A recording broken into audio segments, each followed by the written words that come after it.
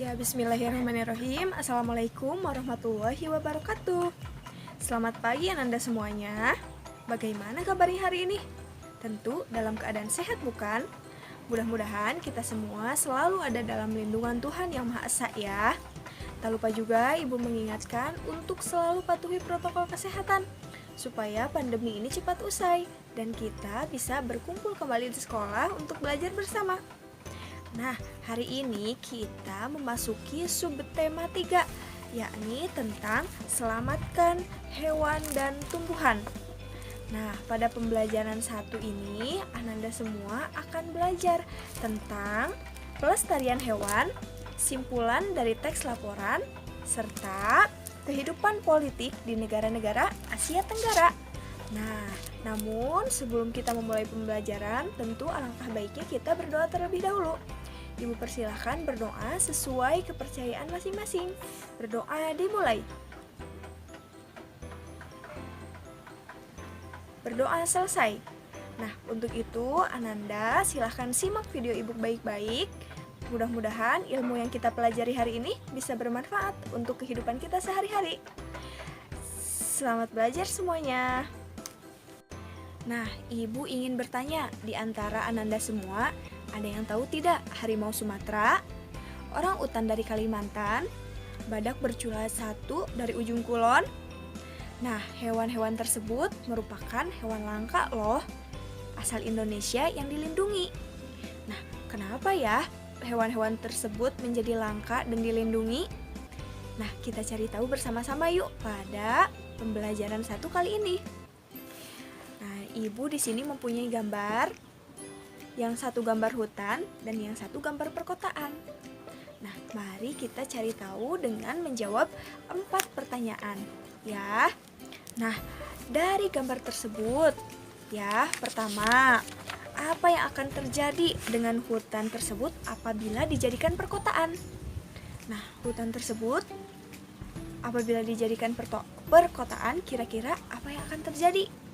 Selain itu, bagaimana dengan nasib hewan-hewan yang hidup di hutan tersebut? Nah, kalau semisal hutan tersebut dijadikan perkotaan, bagaimana ya nasib hewan-hewan yang hidup di hutan tersebut? Nah, selanjutnya, di mana hewan-hewan tersebut akan tinggal jika hutan telah musnah? Di hutan tentu banyak jenis-jenis hewan yang tidak sering kita lihat ya. Tapi ketika hutannya dijadikan perkotaan, hewan-hewan tersebut akan tinggal di mana? Nah, selanjutnya, bagaimana pengaruhnya terhadap kehidupan manusia jika seluruh pohon dan semua hutan di bumi musnah? Coba bayangkan, apabila hutan dan pohon di bumi ini musnah, bagaimana ya? Apa pengaruhnya terhadap kehidupan manusia?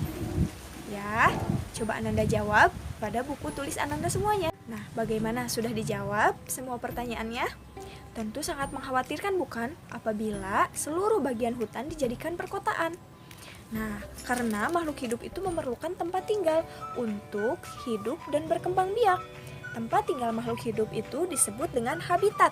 Misalnya saja hutan. Ya, nah hutan harus kita jaga agar hewan dan tumbuhan yang tinggal di dalamnya dapat melestarikan hidupnya. Keberadaan hewan dan tumbuhan itu sangat penting dan harus kita lestarikan supaya tidak punah.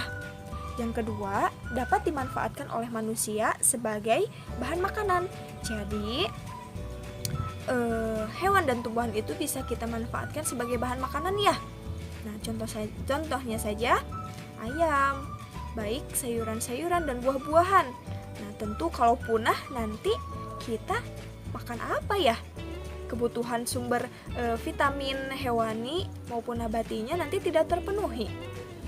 Nah, terus menjaga keseimbangan ekosistem antara produsen dan konsumen. Ya, misalnya saja apabila misalkan ular itu sudah punah. Terbayang tidak betapa banyaknya populasi tikus karena ularnya sudah punah. Jadi, dengan tidak punahnya hewan-hewan atau tumbuhan-tumbuhan itu dapat menjaga ekosistem. Ya, Nah, dan selanjutnya itu dapat dimanfaatkan sebagai sumber belajar untuk mengembangkan ilmu pengetahuan. Banyak penelitian-penelitian yang objeknya itu berupa hewan dan tumbuhan. Nah, upaya-upaya yang dapat kita lakukan bagaimana Bu untuk melestarikan hewan? Nah, yang pertama, upaya yang bisa kita lakukan yaitu memahami pentingnya pelestarian hewan. Jadi kita harus paham betul kenapa atau tujuannya apa, kenapa kita harus melestarikan hewan. Yang tadi ya, untuk dapat melestarikan hewan, kita harus memahami cara merawatnya dengan baik. Misalnya jenis makanannya, ukuran kandang yang sesuai dengan ukuran hewan peliharaan, serta kebersihan hewan dan kandangnya. Tidak hanya cara merawatnya ketika memelihara hewan, kita juga harus memperhatikan jumlah populasinya. Jika hewan tersebut adalah hewan langka, kita tidak boleh mengusik keberadaan hewan tersebut serta menjaga mereka untuk hidup di habitat aslinya. Selain itu, kita juga harus mendukung aktivitas pelestarian hewan langka, misalnya dengan tidak memelihara hewan langka tersebut. Jika terlanjur memelihara, serahkan hewan langka yang terlanjur dipelihara tersebut ke lembaga yang berwenang, yaitu BKSDA atau Balai Konservasi Sumber Daya Alam. Nah, jadi kita harus tahu betul, untuk merawat hewan itu tidak sembarangan ya. Makannya kita harus tahu, ukuran kandangnya kita harus tahu, dan kita juga harus tahu apakah hewan yang kita pelihara itu jenis hewan langka atau bukan, ya. Nah, yang selanjutnya, membuat tempat penangkaran untuk hewan langka. Nah, pembuatan penangkaran hewan bertujuan agar hewan langka dapat berkembang biak dengan aman. Setelah cukup umur, mereka dilepas ke alam bebas agar hidup secara alamiah. Setelah cukup umur, nanti dilepas, penangkaran hewan dapat dilakukan secara ex situ dan in situ. Ex situ itu artinya di luar habitat aslinya, seperti kebun raya, kebun binatang, dan taman safari. Sedangkan in situ artinya di dalam habitat aslinya, seperti taman nasional, cagar alam, suaka marga satwa, dan hutan lindung. Beberapa jenis hewan langka di Indonesia adalah komodo, orangutan, harimau Sumatera, badak bercula satu, burung cendrawasih, dan burung jalak Bali. Dan yang terakhir, upaya yang bisa kita lakukan untuk memelihara hewan dari kepunahan yaitu tidak melakukan pemburuan liar dan jual beli hewan langka. Nah, ini salah satu bentuk kriminalitas ya, karena terdapat Undang-Undang Republik Indonesia Nomor 5 Tahun 1990 Pasal 19. Setiap orang dilarang melakukan kegiatan yang dapat mengakibatkan perubahan terhadap keutuhan kawasan suaka alam. Nah, apabila diketahui kita melakukan jual beli hewan langka, itu bisa termasuk tindakan yang bisa diperkarakan ke jalur hukum loh. Nah, untuk itu kita harus senantiasa menjaga kelestarian hewan supaya tidak punah. Nah, selain itu, di sini ada kampanye tentang ayo selamatkan hewan dan tumbuhan. Nah, untuk itu, karena bertambahnya jumlah penduduk di dunia dan meningkatnya kepentingan manusia yang hidup di dunia ini, menjadikan hutan di dunia ini semakin terancam kelestariannya ya. Nah, kita sebagai manusia, apa sih yang harus kita lakukan untuk melestarikan hutan dan hewan yang ada di dalamnya? Nah, di sini mari kita bersama-sama membaca sebuah teks yang berjudul Ayo Lestarikan Hewan dan Tumbuhan Langka di Indonesia. Mari kita baca bersama-sama ya. Ayo lestarikan hewan dan tumbuhan langka di Indonesia. Indonesia merupakan negara kepulauan yang kaya akan beragam jenis hewan dan tumbuhan. Setiap pulau di Indonesia memiliki hewan yang unik dan menjadi ciri khas pulau tersebut. Komodo di Kepulauan Nusa Tenggara Timur merupakan salah satu contoh hewan langka yang dilindungi oleh dunia internasional. Pulau Komodo secara resmi diakui sebagai salah satu dari 7 keajaiban dunia. Pulau ini menjadi sebuah taman nasional yang dikagumi oleh masyarakat dunia. Taman nasional banyak terdapat di Indonesia, seperti Taman Nasional Tanjung Puting di Kalimantan yang melindungi orang utan. Tujuan dibuatnya Taman Nasional adalah untuk melestarikan hewan dan tumbuhan yang semakin berkurang jumlahnya. Bertambahnya jumlah penduduk menjadi penyebab utama berkurangnya hutan tempat hidup hewan-hewan tersebut. Pembangunan gedung dan perumahan menjadi penyebab menyingkirnya hewan tersebut dari habitat aslinya. Perburuan liar mengakibatkan hewan tersebut berada di ambang kemusnahan. Nah, coba dari teks tersebut, Ibu punya pertanyaan. Mengapa hewan-hewan tersebut perlu dilestarikan? Apa manfaatnya bagi kelangsungan hidup rakyat Indonesia? Nah, tadi kan ada Pulau Komodo. Selanjutnya juga ada hutan yang melindungi orang utan. Nah, mengapa sih kita sebagai manusia harus melestarikan kehidupan hewan-hewan tersebut? Apa berpengaruh terhadap kehidupan warga Indonesia? Silahkan kalian utarakan pendapat kalian pada buku catatan ya. Nah, bagaimana dengan hewan dan tumbuhan di daerahmu? Apakah kelestariannya terjaga? Coba di sekitar kalian, ada tidak jenis hewan atau tumbuhan yang mulai musnah? Nah, jangan sampai menjadi hewan atau tumbuhan yang sudah musnah sehingga kita tidak mengenal kembali ya. Tetap lestarikan ya. Ananda bisa membaca ulang teks yang berjudul Ayo Lestarikan Hewan dan Tumbuhan Langka Indonesia. Kemudian tentukan kesimpulannya dan tulis pada buku catatan kalian ya. Nah, untuk itu apabila sudah selesai, kita lanjut ke kegiatan selanjutnya, yakni kegiatan Ayo Membaca. Nah, hewan dan tumbuhan telah memberikan manfaat yang luar biasa, bukan hanya untuk penduduk Indonesia, namun untuk penduduk di Asia Tenggara. Nah, kondisi geografis yang sama membutuhkan pengaturan dan pemikiran agar penduduk dapat hidup berdampingan dalam memanfaatkan kondisi alamnya.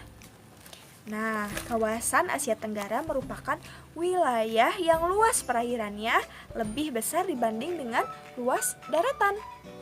Keputusan-keputusan terkait permasalahan kelautan banyak dibahas oleh sebagian besar negara-negara ASEAN. Negara-negara di kawasan Asia Tenggara mempunyai sistem pemerintahan yang berbeda-beda.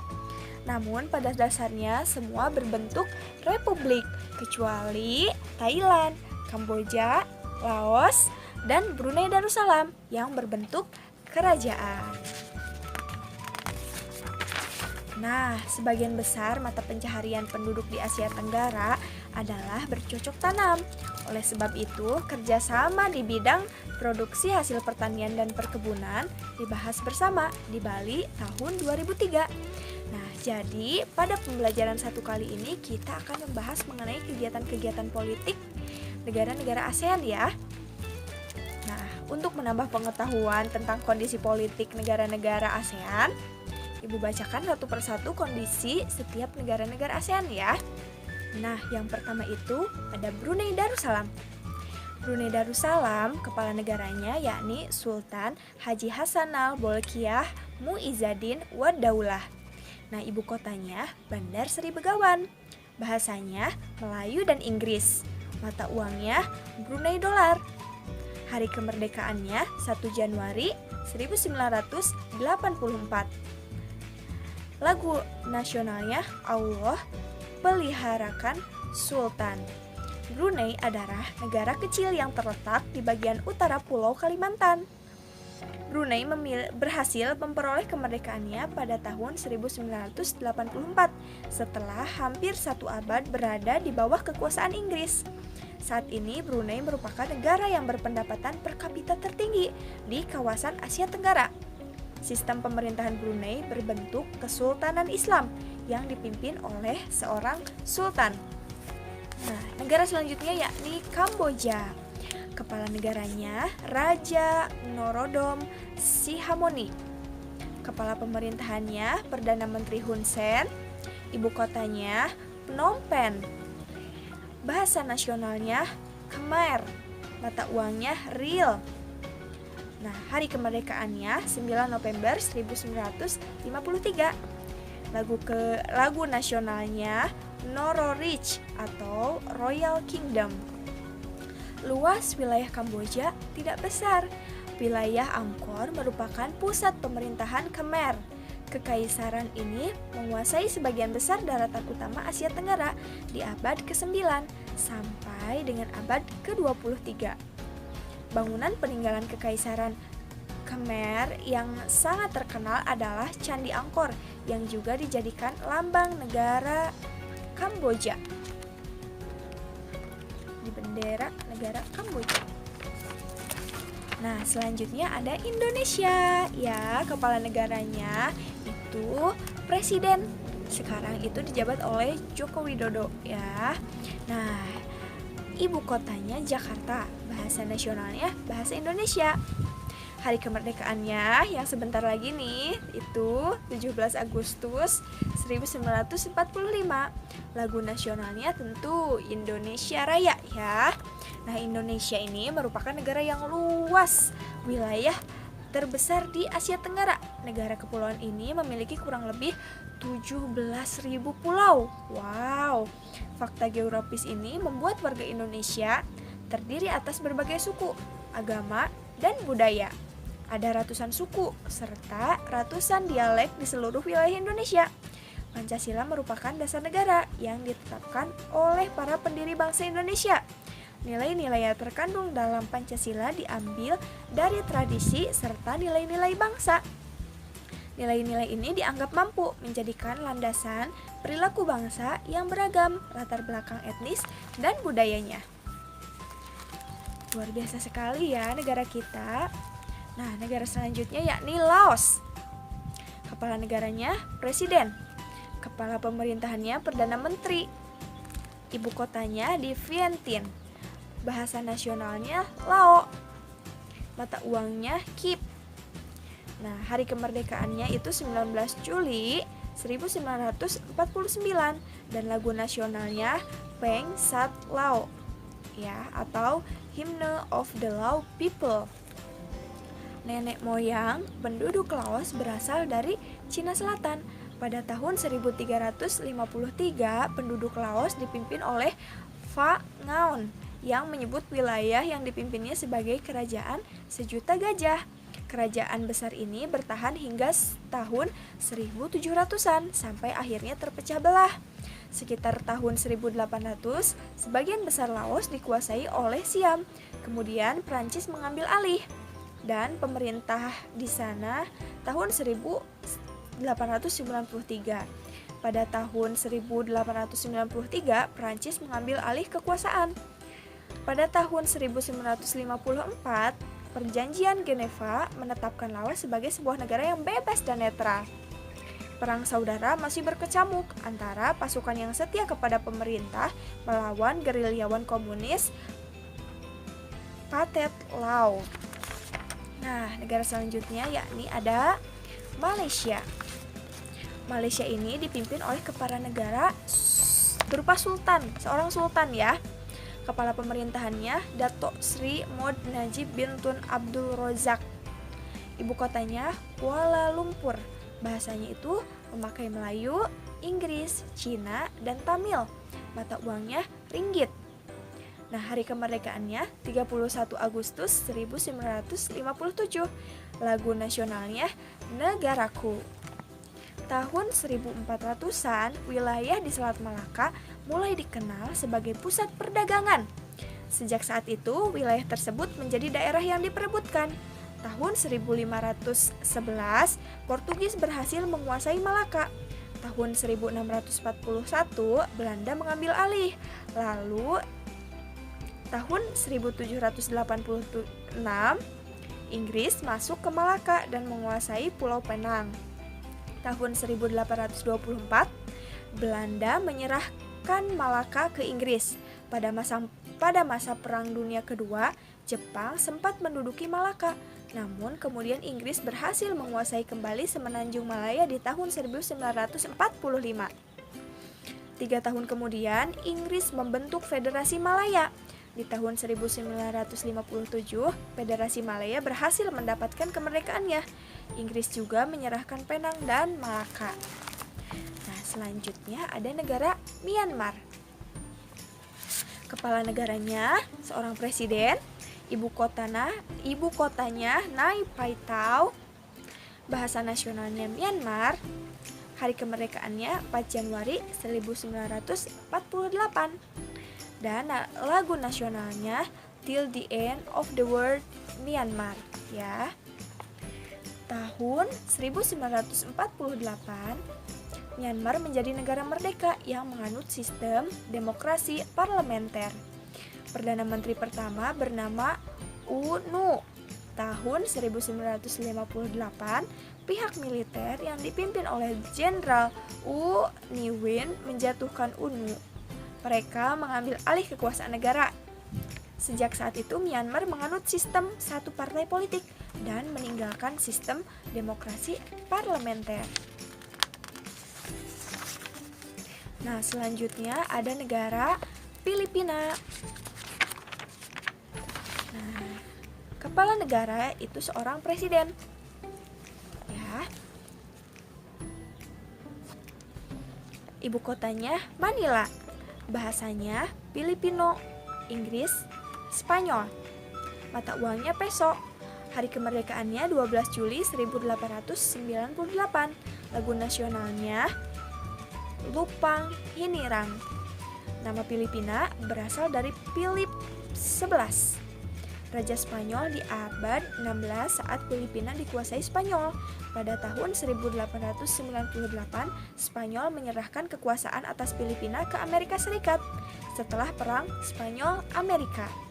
Di tahun 1935, Filipina sudah memiliki pemerintahan sendiri, namun kemerdekaan mereka tertunda oleh Perang Dunia Kedua dan serangan dari tentara Jepang.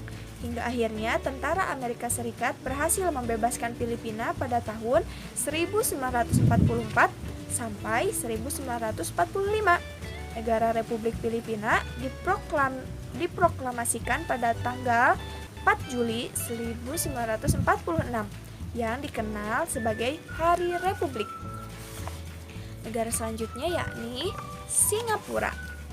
Singapura dikepala-negarai oleh seorang presiden. Kepala pemerintahannya Perdana Menteri. Ibu kotanya Singapura. Bahasanya Inggris, Melayu, Mandarin, dan Tamil. Mata uangnya dolar Singapura. Hari kemerdekaannya 9 Agustus 1965. Lagu nasionalnya Majulah Singapura. Singapura adalah wilayah terkecil di wilayah Asia Tenggara. Jumlah penduduknya paling sedikit, namun Singapura dapat menjadi negara yang paling maju. Hal ini tidak lepas dari peran Lee Kuan Yew, pendiri dan Perdana Menteri pertama Singapura. Ia memegang jabatan Perdana Menteri selama 7 periode berturut-turut. Selama masa kepemimpinannya, Lee Kuan Yew melakukan banyak perubahan. Ia dapat membangkitkan semangat bekerja warga Singapura untuk mewujudkan Singapura maju. Singapura tidak saja maju di antara negara-negara di wilayahnya, namun juga di antara negara-negara di dunia. Sampai hari-hari terakhirnya di tahun 2015, Lee Kuan Yew terus berbakti menyumbangkan pemikirannya kepada Singapura. Negara selanjutnya yakni Thailand. Kepala negaranya Maha Vajiralongkorn. Kepala pemerintahannya seorang Perdana Menteri. Ibu kotanya Bangkok. Bahasanya Thai, mata uangnya Baht.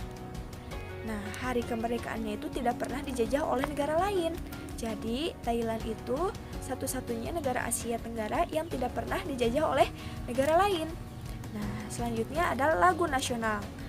National Anthem of Thailand. Thailand adalah satu-satunya negara di Asia Tenggara yang tidak pernah dijajah. Dahulu dikenal sebagai Siam. Thailand sendiri memiliki arti tanah kebebasan.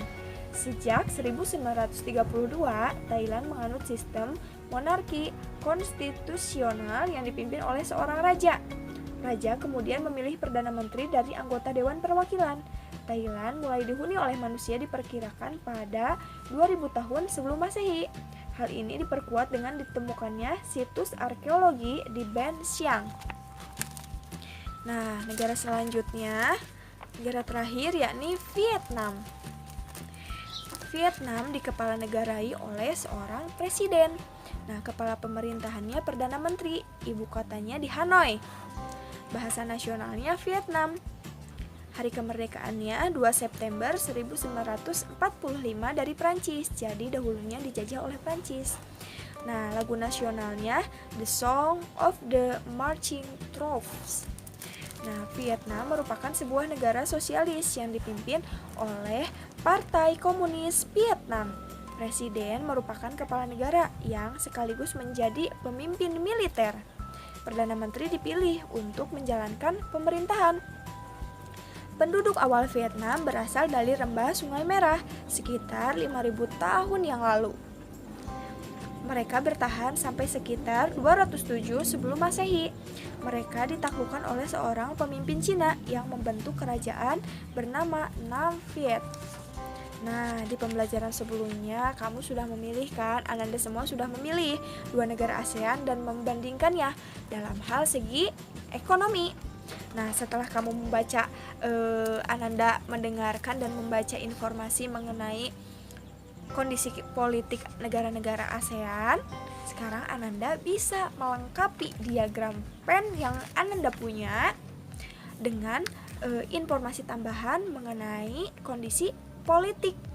Ya, misalnya Ananda kemarin memilih negara Indonesia dan Singapura. Nah, Ananda sudah memperoleh informasi mengenai kegiatan ekonominya ya.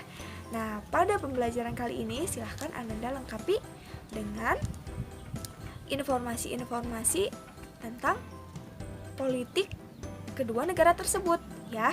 Tambahkan dari mulai kepala pemerintahannya, ya kepala negaranya, mata uangnya, hari kemerdekaannya, lagu nasionalnya, silahkan tambahkan pada diagram pen yang sudah Ananda punya. Ya. Nah, alhamdulillahirobbilalamin, pembelajaran 1 di subtema ini sudah selesai.